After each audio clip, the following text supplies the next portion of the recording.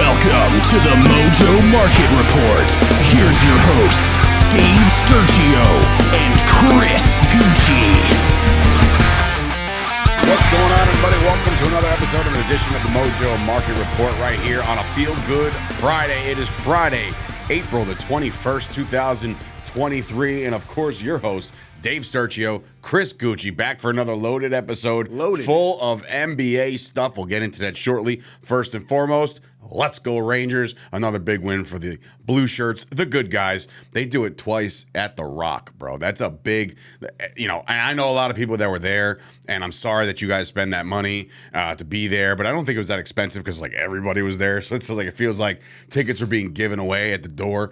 But, yeah, the Rangers go in there and stomp a mud hole one more time. 5-1 victory for the Rangers. Are up 2-0 in the series. In case you are an NHL fan, if you're not, then I'm sorry. This is the platform for me to do it, so I'm going to boast and I'm going to brag, and it's 2-0 Rangers. Go Rangers.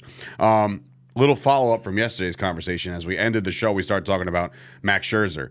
Now it's officially coming out that my man was warned 3 times to fix what was going on, and he just didn't. He just didn't comply, and he found a new way and a final way to try to get away with it coming out of the dugout, and they're like, wait, hold on, let's check you one more time. I know we told you to wash your hands, but let's just check. And that's when they found the, quote, stickiest hands they've ever dealt with in the 3 years of checking people.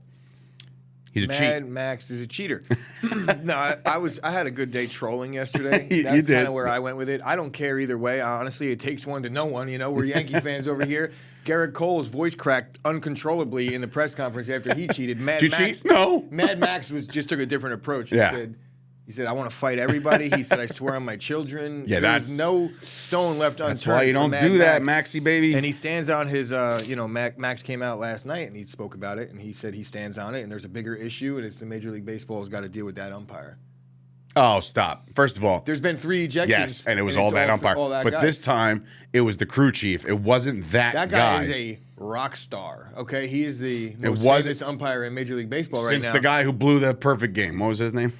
Jim Joyce? Sure. And then there was also Angel Hernandez. Sucked. Angel Hernandez. Yeah, there's been... How is it?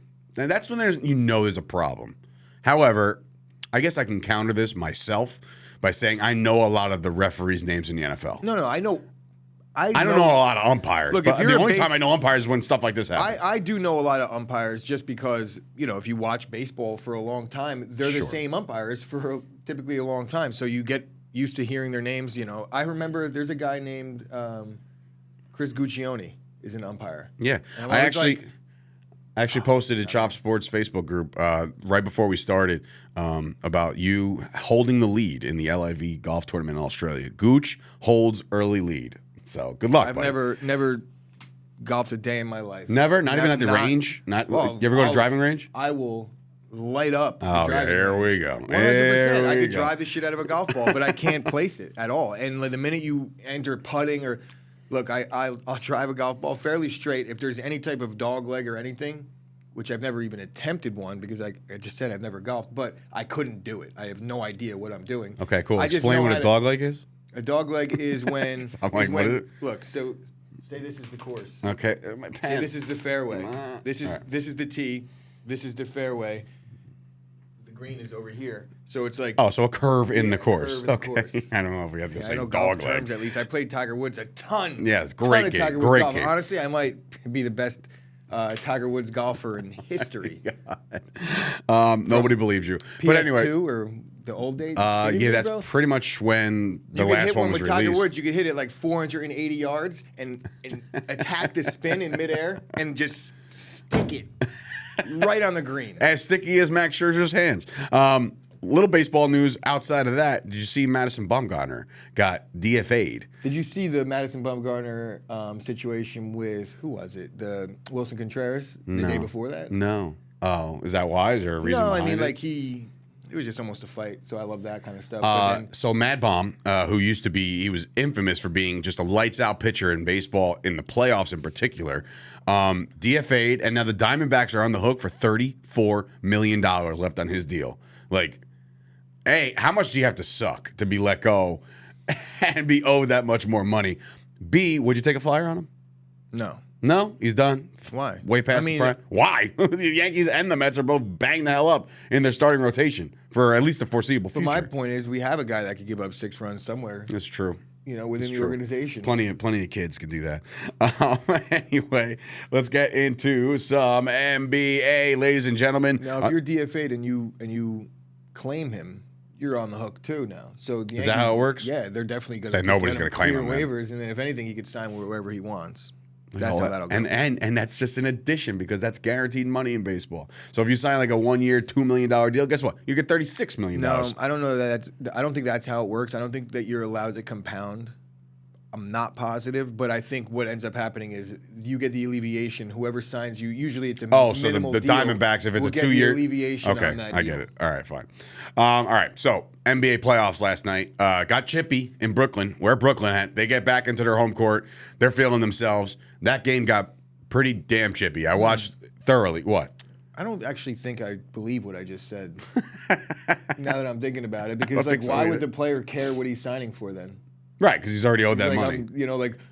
Definitely get piled. It would be like, I'm going to go try and get more money on this deal so they save money. They just DFA'd me. I'm not saving them. Right? Anywho, yeah, probably. Anyway, last night gets chippy in Brooklyn. The Brooklyn Nets came very, very close. They had the lead at some points of this game.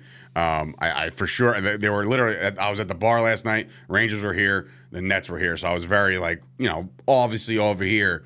Obviously. And then I went over here to the right to watch some of the Nets in intermission and whatnot. I had to watch the hockey. You're not a cop. But in any event. Wade Boggs, John. Roger. Anyway. Is that Roger? Going back to this game. The Brooklyn Nets, they put up a fight. They had some decent performances. The biggest thing out of this game was that the fact that after the chippiness started, there was one point where Harden had the ball, not dribbling. He's like looking down. No way. What? Harden wasn't dribbling? He wasn't dribbling. No, I'm just saying he no wasn't, way. He wasn't in like transition or anything. He's just standing there, and then he lifts up, and my guy on the Nets, WWE style-esque, and as if he just got uppercutted in Mortal Kombat. The dude goes flying. They eject Harden. They're like, get out of here. And I'm like, review it and let him back in? No, it was done. It was done. Harden does finish with 21, and the Sixers do fit. By the way, the final play. So here we are. Embiid. 100-97. The Sixers are up. The Nets are on the inbound. Half court inbound. Intercepted. Taken the other way for a dunk. That's how the game ended. All the Brooklyn fans were like, I'm like, no way. That's how we ended? Oh, my God. How was the arena? Empty. Because I remember going right up to the TV, as close as this. I'm like, empty, empty. And I was like pointing at the seats that were just empty. There was nobody there. But now, officially, I mean, you want to go show up? I guarantee you on Third Market, you could basically moonwalk in there for free at the Barclays Center for Game 4 because it is now 3-0 in favor of the Philadelphia 76ers. When is that game? I'm going to assume if they played last night on a Thursday, Sunday? Saturday? No, remember there's like 15 days off in between each game in the NBA for whatever reason. Let's see. Friday. Yes, you want to go on a date? There you go. Saturday night. Oh, I'm sorry. Saturday afternoon. There you go. 1 o'clock. I'm supposed to be Ain't going. Nobody going to be there. I might be doing go-karts on Saturday. I could be like going to the Nets playoff game. You want to go? You want to talk about the biggest waste of money? Well, you think I care about the game? I'm just going to use it as an excuse to go do something that I want to do. I mean, well, you don't want to go on go-karts? Go-karts are pretty fun. But realistically, it's like the go-karts are probably more expensive than the Nets game at this point. I didn't doubt it. They're expensive, bro. Like, what are we talking here? I don't know. I didn't look. Oh. I've been told that they're expensive for like 7 minutes, and I'm not riding for 7 minutes. Sources have said you go around and around in a circle, and 30 it's minutes. very, very dangerous. So, in any event. So that's the Brooklyn Nets. They look like to be on the outs, as all predicted. I didn't see a sweep. I did see. Look, last night they were competitive, so it's not like and Harden was ejected. Embiid was banged up a little bit. He was kind of shook, but yeah, it's pretty much done. All right, getting back. I'm definitely not going to Brooklyn. To Golden State, right? Golden State gets home. They take care of business after Steph Curry goes for 36, shoots 50% from three-point land last night, 6 for 12. He had himself a night. Fox, again, you got to give credit where credit's due over Sacramento. He drops 26. He had himself a decent night. But overall, you just kind of knew that this game was going to, for me, to get back to this down 2-0 with all the hostility, no Draymond Green for a game. Can they weather the storm? You had to have a game like this out of Steph Curry. He delivers. Yeah, and Golden State seeing that they could possibly be a better team without Draymond. I don't know if that's actually the case. But I mean, there's probably less technical fouls. I don't know what Draymond's been bringing to the table offensively at all, period, point blank, period. But he's obviously bringing really a lot to the table defensively. I mean, I just think Draymond's done after this season. It's potential. And, of course, the primetime main event game was a good one, a very good one. L.A. went in there without Kawhi Leonard, so all this talk from us, like Kawhi's been playing great, he's out. We know Paul George was out. So the Clippers were very hamstrung with nobody out there, but they gave a game, and it took Booker to go off for 45 points last night, and the Phoenix Suns take 2-1 series lead. Booker from the jump. I'm talking like first quarter, like third possession. You just had this feeling. It was a flow of the game, and he just looked like he was going to have himself a night, and he did. And no answer for him. The Clippers got to get healthy. They got to get healthy quick because you do not want to fall behind 3-1 to the Suns. It's 2-1 right now. You got to even up this series. And you got to take care of business next game. So I don't know. I don't know if they do, but you got to get everybody back. That's the only way you compete with a team like the Suns right now, who are firing on all cylinders. They're scoring $130 almost. It's like they're clicking right now. So you just don't want to fall behind 3-1. Get the next game. I guess I'm guilty of this. But a lot of people were, so it's not just me. The Suns didn't really lose a game with KD in the lineup.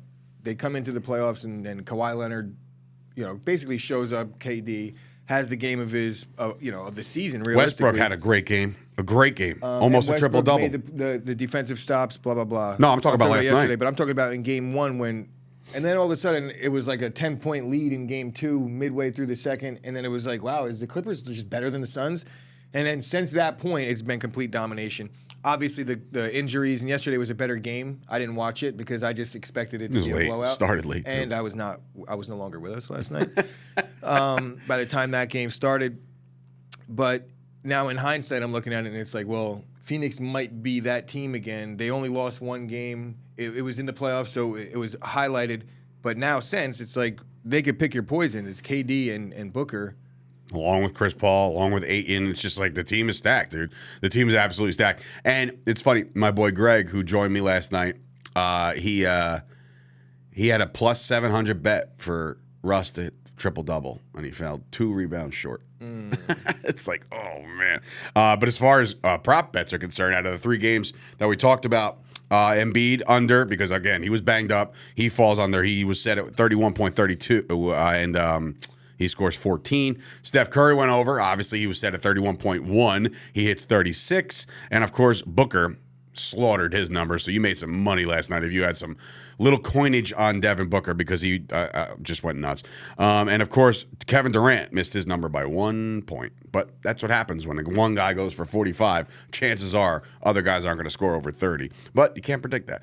Friday night, tonight, back in action. The Boston Celtics at Atlanta. Again, Boston up 2-0. Can Atlanta do anything at home? That's the... No. I mean, I'm not going to sit here and predict Atlanta beating them. They may cover. I mean... I'm going to go on record. You did this yesterday. I know. Until I'm right. I'm going to go with Atlanta to win this game tonight in Atlanta. Listen. Who's getting swept? Behind what? You would have to have Trae Young go absolutely off. Like that team... So, I think Atlanta's getting swept, and I think Brooklyn's getting swept. So two series in the East. And Minnesota's probably going to get swept. More than likely. But anyway, that's another game tonight. So Atlanta, I'm taking Atlanta. You'll probably ride with Boston. The Knicks get back in action tonight, back at home. The Garden's going to be rocking. You did what you had to do, not the order you would do it, in my opinion. I would have rather lost game 1, won game 2, went into the Garden with the win. But, again, real bad game. You can almost throw the film out on games like that when you lose by almost, or you're down by 30 at one point. You could throw that film out and say, you know what, the hell with that crap. We're a better team than this. And I think the Knicks will show up tonight in the Garden, and I hope they get the win. I mean, obviously, they need it. And, of course, the rounding out tonight's slate is the Denver Nuggets, who are up 2-0 at Minnesota. Look, Karl Anthony Towns and company, they've been playing okay. They scratched and clawed to get to this point. But At home, maybe they give him a game. But Denver is playing incredible basketball. Watching the Joker is just incredible. He's an MVP candidate. He's one of the finalists, actually. Could he do it again? I don't know. That would be 3 in a row, I think. So I'm not sure if he's going to do that. But I like Denver to kind of just take care of business. I do like Karl Anthony Towns to have himself a night. So keep your eyes out on the prop bets that are available over there on the Mojo app to make some money tonight. If you think that a team like Minnesota probably doesn't stand a chance to win the game, you can win money by betting on all the players' props. So that's the NBA slate. And again, the whatchamacall, it's just Knicks gotta have it, man. I'm bent about the Knicks right now. I'm already riding the high of the Rangers being up 2-0. The Knicks had that game 1 win. I was excited about it. So now it's just like we really need this one in the Garden. So we'll see what happens. Some NFL news as far as the Mojo market is concerned. I don't know if you've seen this, but last night Will Levis won more again. His stock price got a little bullish and it went up again. He is now past Anthony Richardson pre-draft. Who's going to get picked earlier? Anthony Richardson. You think? I honestly do. Yeah. Now I'm hearing far off rumors that Richardson, there's a smidge of a chance the number 1 overall pick. Can you see it? No. No? Nothing. Not even a shred. No, I think it's almost guaranteed at this point. It's Carolina. They didn't trade all the way up, all that to get Anthony Richardson. I don't think. That's a fair point. That would have been too risky or too much to give up for a guy that I think that there was a chance that you got him picking where you were at. I think they were at 9, right? Yeah. So one of those quarterbacks would have probably fell. I am seeing more and more reports that the Texans aren't interested in the quarterback, but I think that the quarterback that they are interested in. So what does that mean? We're good? Good? Is Trey Lance. I think that they're looking at a defensive player and then potentially Trey Lance. That's what I think. There is more and more and more smoke. Smoke. When there's smoke, there's fire. DeMeco Ryans came from San Fran? Yeah. Right? Yeah. But if that happens, the smoke will get real thick in New York, because if that Jets deal don't go through, Aaron Rodgers will be quarterbacking the San Francisco 49ers. Mark my words, that could happen. Jets fans, I cannot believe this might actually happen, you guys. I actually feel bad for Jets fans at this point. I don't even care about what we get back. You just want him off the roster. Get the hell out of here. I mean, we're going to get something back for him. I'll give you to the 49ers, Aaron. We're good there. And Aaron Rodgers would love to play for them as much as he said at this golf tournament that he's not going there. 100% would go there. And at this point, Jets fans, really Jets front office, it's like you want to be stubborn. Well, and it's talking like the Packers have zero leverage. That's just simply not true. It's simply not true. Packers have a lot of leverage still, because if another team happens to get involved, then... Which I think if they do ship off one of their quarterbacks... Now remember, they did sign Sam Darnold. Would have to come off of their unwillingness to trade him within the conference, which I think that they would do at this point. If Aaron Rodgers is the starting quarterback of the Niners in week 1, you can just pack it up, NFC. No, I'm sorry. No. What? No, you got to light his ass up. Bro, they were a game away from the Super Bowl with Brock Purdy. And what happened in that game? It doesn't matter. It's Brock Purdy. It does matter. It's just, I'm not saying that they wouldn't be heavily favored or and that game with Brock. If Aaron Rodgers is your quarterback, that game's in San Fran. Okay, well, if Aaron Rodgers is the quarterback and he gets his elbow snapped in half, well, that's then another he can't story. throw either. So and then Brock Purdy would come in. But that's how that works, So it's I get there's it, no guarantees. You got to go through the process. We'll see. Be gunning for him. Crazy. The Dallas Cowboys picked up CeeDee Lamb's 5th-year option nice and early. They're going to be eyeing another long-term deal. How much CD gets paid, that's another story. The market's going to dictate is going to be, well over $20 million a year. It's just the way it's going to be. He's going to be north of what McLaurin got, but probably I'd say he's going to be like 26, 27 per. It's going to be interesting. It's going to be interesting how they do those salary cap gymnastics over there in Dallas. You have to pay him just outside the elite, right? Just outside. Why the elite. Just outside? You don't think he's an elite receiver yet? When I think he's a top 10 receiver, bar none, clearly, right? Okay. But when we're talking about the elite, it's like, do you want him to get Jamar Chase, Justin Jefferson money? He's not as good as those guys. It's very close financially. Yeah, no. So just outside the top paid guys. So if we're looking at the top 5, that's the elite. You think he's going to get top 5 money? I think the Cowboys would be hard pressed to. But here's where I just back up the theory The market's going to dictate that, not his skill level. The market is going if to he's dictate next that. up. The fact remains is he's not, because he's in the same year as guys that are also going to be next up. Justin Jefferson's going to be the bigger deal that offseason. Jamar Chase is due one the following offseason. So I'm curious to see where the CD deal goes. I know it's going to be north of 25, but it's going to be south of 30. I think Justin Jefferson, Jamar Chase, I think they get 30 mil. You know, we're talking about. I mean, it's not is he going to get the Tyreek Hill deal? Maybe. What was the Tyreek deal? I think it was like 25, 28. But for like 5 years, right? Or something. So $100 million. So I feel like the Tyreek Hill deal is $120 like fair. Maybe the Devontae deal is fair. But, you know, is it? It's fair market value-wise and where these guys sign their deals, so I would say so. But, you know, at the time that Devontae signed his deal, he was the number one receiver in football. At the time Tyreek Hill signed his deal, he was coming off of a Super Bowl, you know, or Super Bowl appearance. He just lit up the league for years on end. And he led the league in yardage and things like that. So Tyreek Hill, CeeDee Lamb, I would say CeeDee Lamb is a better receiver than Hill. I would take CeeDee. Listen, I know everybody's real bullish on Hill, but I don't see it. I think he's the greatest speed guy. Like I think he's fast as shit. And when you put the ball in his hands, he can make a lot of people miss. But overall, like route running and just like I'm not gonna wide receiver IQ. I don't see Tyreek Hill. I have no idea who's got a better wide receiver IQ. I think Tyreek Hill has slightly better hands than CeeDee Lamb. I think CeeDee Lamb does a little bit more within like finding wrinkles in the intermediate passing game. Tyreek Hill clearly has him on the deep ball. It's a fair assessment. I would say CeeDee's youth adds a lot to that equation for me. I'm taking CeeDee Lamb over Tyreek Hill, but you know. The Cowboys had Tyreek Hill instead of CeeDee Lamb, they might be a better team.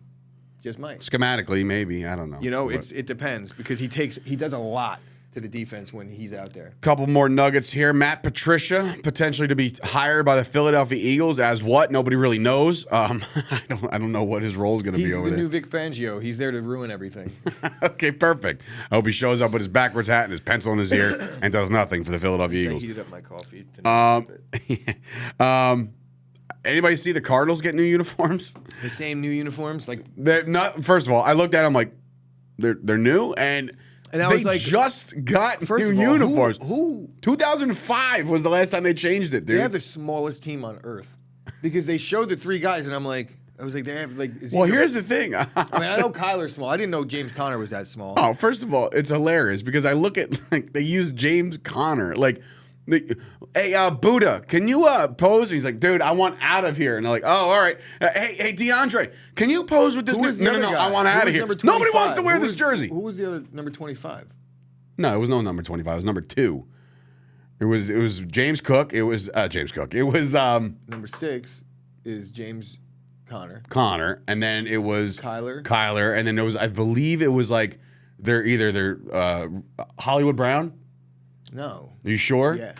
Maybe the picture that I saw was definitely number 25, so I don't even know. No, it was definitely a single digit, so you're definitely wrong. No. It could be just a different picture. Like, I'm definitely right. I looked at it today. Hold on. I'm pulling up the Cardinals here as they new threads. Oh, 25. You're right.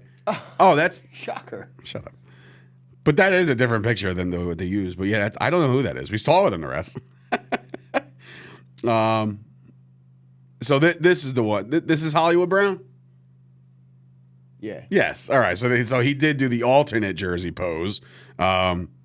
It's just like so pointless. The Cardinals stink. They're in disarray, and I don't know if a new uniform is going to help out that fan base, but we'll see. I don't even notice the new uniform, so that's the thing. That's the point that I'm making. That's what I'm saying. They're like alternate. I'm like, it used to say Cardinals. I think it used to say Cardinals, and now it says Arizona. Oh. That's how excited I got. Ooh. And the last but not least, the Ravens will sign Huntley to his restricted free agent tender, giving him $2-something million for this year and be a free agent next year. So Huntley, QB1, potentially, we'll see. You can follow us all along this weekend over there on all the social medias. That is TikTok, Instagram, Twitter, at Mojo, as Gooch gets rid of his paper. I mean, all the notes that I wrote down for you is just gone to waste.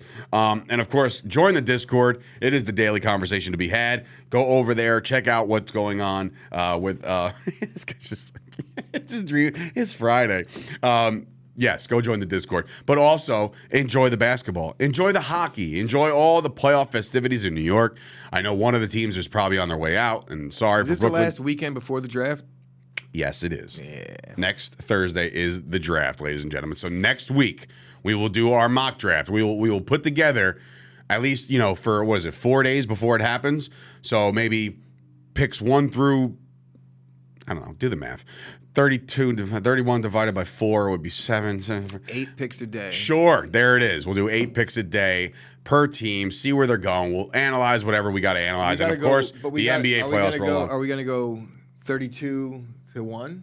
Or are we going to be like, guys, tune in for Thursday's show where we pick the 25, 26. All right, maybe we won't do that. Maybe we'll figure it out, man. Let the producer do his thing. I'm just saying, if we can do that, but we'll start Monday with the 32nd pick. And why the hell would we do that? Because it's a mock draft and it doesn't matter. We're not picking players. Well, there's only 31 picks in the first round. Okay, so then we'll do 7 the first day. Because then it's 4 We're days. Go backwards? But here's my point. Guys, first pick. It's and then it's it gets less interesting as we build up towards the draft because we're getting to the. Yeah, but everybody knows where the first couple picks are going to be. Okay, who's going second? All right, we'll talk about it on Monday. Let's do that on Monday. We'll figure it all out. Better yet, who's going first? We'll figure it out on Monday. We'll have ourselves a little mock draft season. Starts next week, the draft week. Can't wait. More NBA playoffs coming at you. Dave Sturchio, Chris Gueci. Have a great weekend, everybody. We'll see you back here on Monday. Yes.